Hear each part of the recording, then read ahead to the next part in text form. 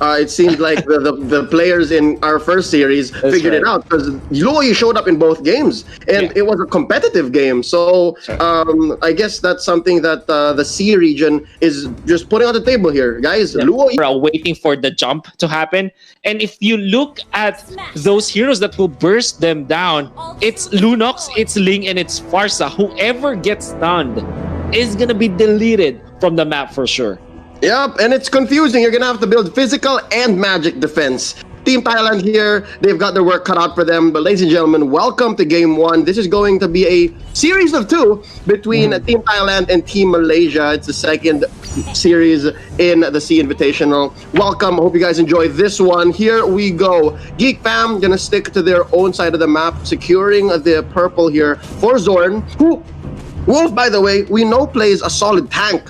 So that's interesting for him to now place himself as the core. On the other hand, Team Thailand doing the same. LOYS here, just sticking to their own, almost picking a fight. Oh wait, look, invade down bottom.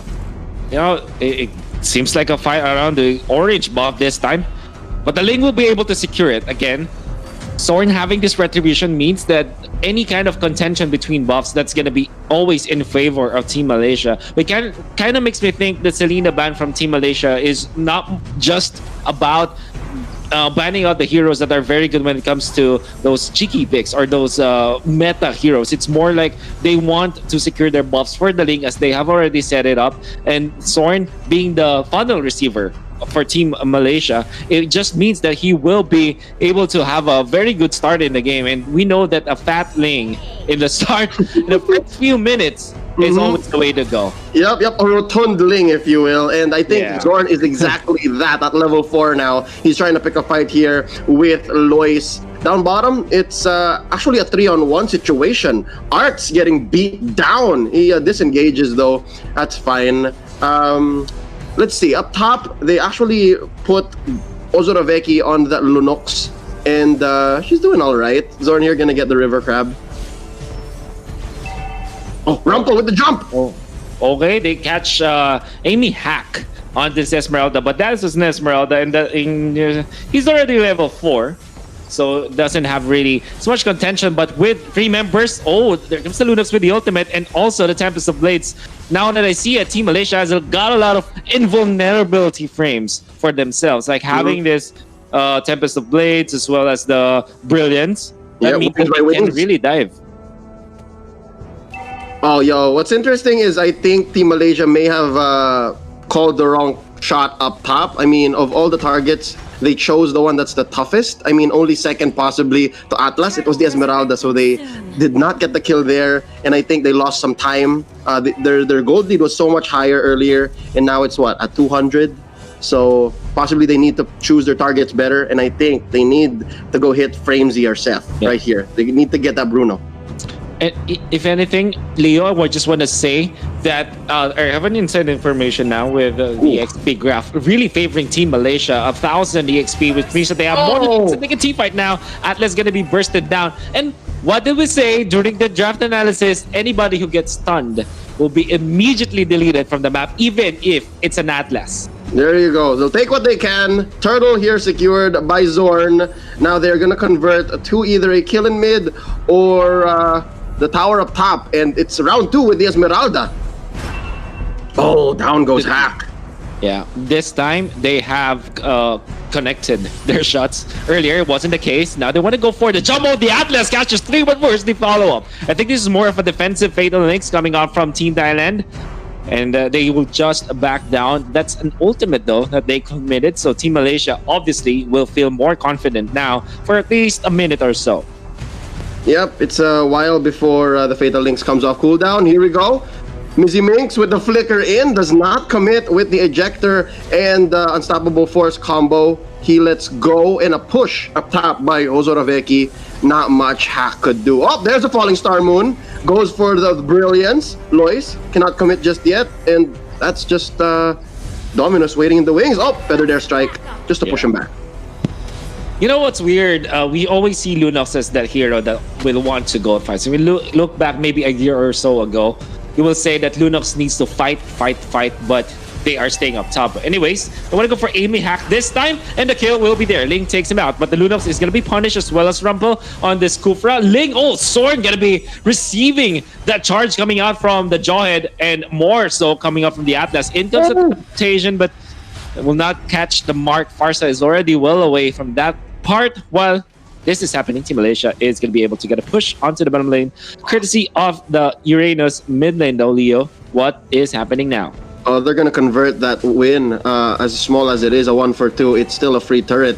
ARTZ now in the middle of the crossfire. Zorn here building up the blades, and there you go. Down goes MYZMINK, and RABE might be up next. OZORAVEKI raining down the bullets, and it's going to be a 1-for-none. They'll take what they can. Not much of a conversion here for Team Malaysia, but Wolf, man, I am just awestruck. I am flummoxed. I am perplexed. I just saw how LOYS on that Luo Yi could possibly be a game changer. Did you see that? They almost, just as a whole team, man, moved at least quarter of the map to try to take someone down. But Team Malaysia, they seem to figure out how Luo Yi works as well. They know that those things are possible, and they get away with it. Hack, though, collapsed upon by 2 members of Team Malaysia up top. Not much this one could do. Wow. All right, so I see now, possibly game 2, we might see a Luo Yi ban. I'm not sure. Maybe. Now Zorn going to be jumping with the Tempest of Blades. But Bruno will be able to run away. He's going to be chased down. Rumpel will not hit the mark. They're trying to still die for this. This is not a really good fight coming out from Team Malaysia, but they still save at least their Ling. As that's a real scare coming out from the Joy as well as the Atlas. Unfortunately for Team Thailand, they will not be able to punish that over-aggressiveness coming out from Team Malaysia.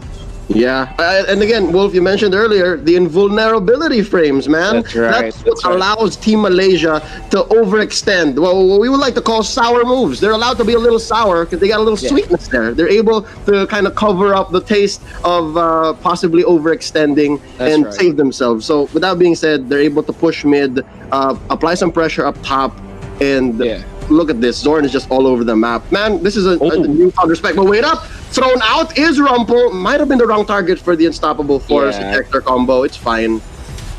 Look at the Feather there, start just zoning out the members of Team Thailand. They're not really interested in getting kills at this point. Team Malaysia is just pushing.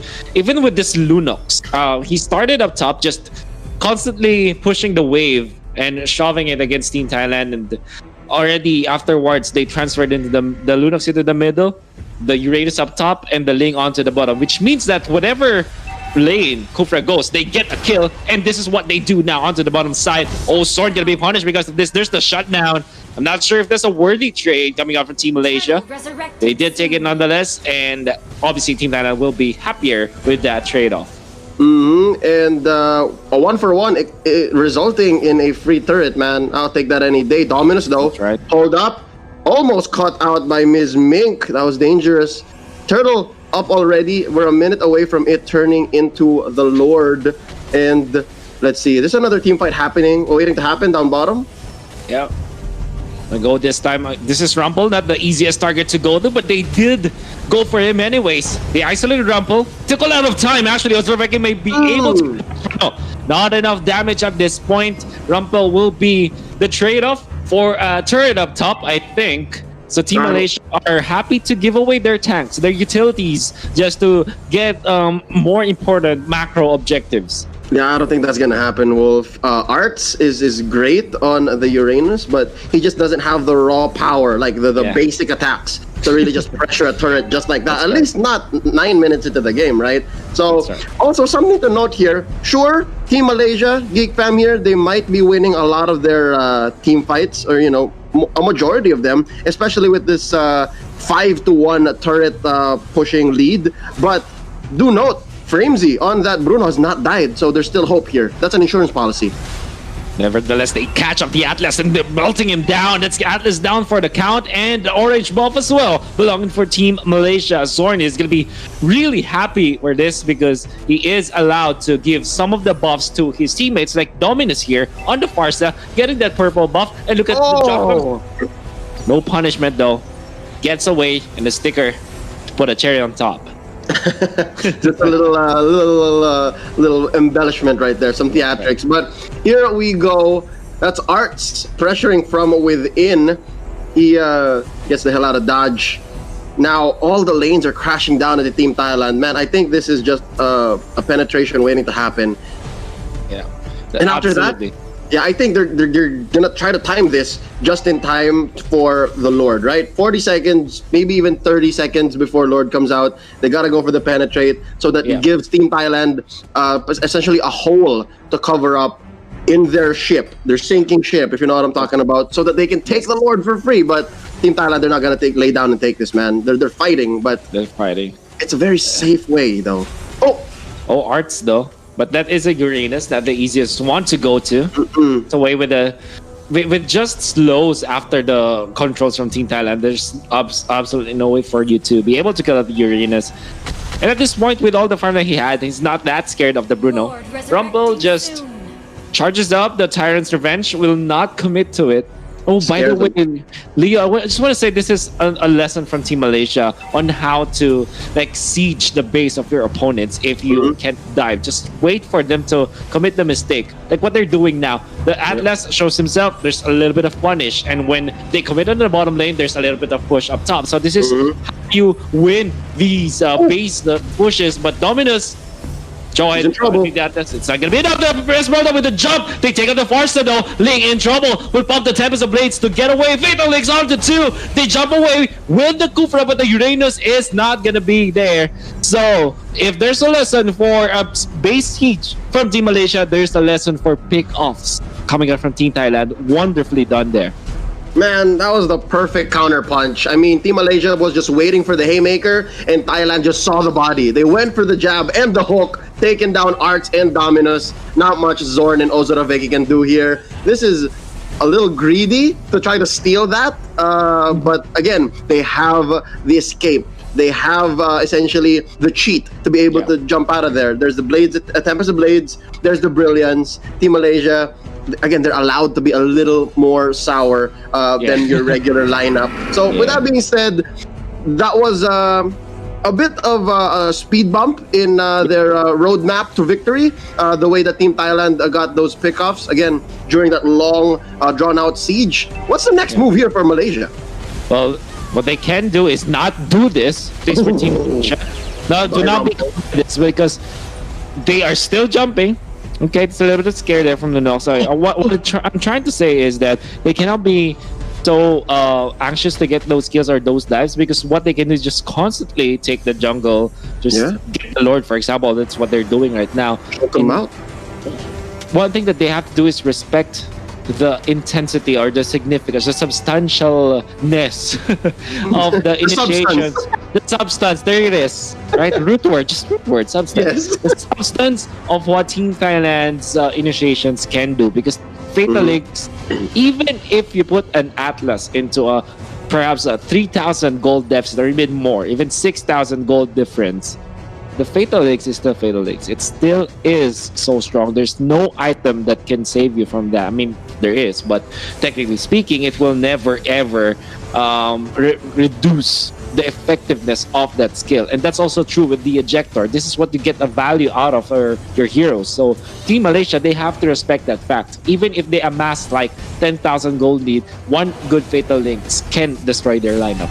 Yep. Oh, here we go. Jumping in hack with the Falling Star Moon, but the penetrations happen. That's less damage for Team Thailand now. And still no casualties just yet. Middle also getting pushed in. Lord gonna fall here. MYZMINK's low enough not to be able to do his full combo. But again, Wolf, the ults are online. There you go. Fatal Links here by the Atlas. Rumpel looking low. Pop in. The Feather Airstrike is Dominus. And they're gonna have to retreat. Dude, this looks like it might be over. Just focus down on the base. Is it gonna happen? Tempest of Blades here by XORN, and OZORAVEKI is still raining down the Chaos Bolts, and the base is looking really low, man. There's the first kill by FRAMEZY, actually the second this game. But look, the base is barely alive. There's no more minions, and Team Thailand lives another day. Or is it they want to chase Rumpel? This time they shut down though the Jawhead. Nice jump from XORN. Very nice timing on his counter punch as well. Now Amy Hack against this Uranus. Esmeralda is traditionally a good hero against Uranus, but not when it comes to bursting him down. It's more of a very long fight if that's gonna happen, as the Bruno just takes care of business, clearing out the minion wave. Uranus is staying here. Amy Hack just commits the Falling Star Moon. Wow. out the minion wave, and Uranus is taking over the house of Team Thailand. Your casa is my casa. He's saying right now, this is getting a lot of attention. It also gets away because you know what? Team Thailand will not commit the fatal links. Even Look if at it's this. acceptable. Well, Man. that was what? Almost all members of Team Thailand going ham on the Uranus. What a work of art. You know what I'm saying? What a work That's of right. art. Right. Keeping the Yeah. pressure. When with Oracle, you have brute force breastplate, dominant size, so much defense coming up from the Uranus with the 10k in terms of gold. And like I said, Team Thailand will not commit the fatal link just on one hero that they don't have the assurance to kill too. Man, Oh, here we go. okay. This is part 2 of the siege, man. Round 2. Here we go. Here comes the new challenger. Faster with the Predators like XORN. Commits a Tempest of Blades to jump away this time. Rumpel jumps in forward as well with the Uranus. Now they go for the Fatal Links onto Frey, but the Giant's already down. Bruno though gets a kill on the link. That's a very good... Because of this, Lunox with the ultimate. Now he is safe, but he's trying to take down the base. Can they defend? The answer is no. Team Malaysia will take game 1. And I think the way this happened for Team Malaysia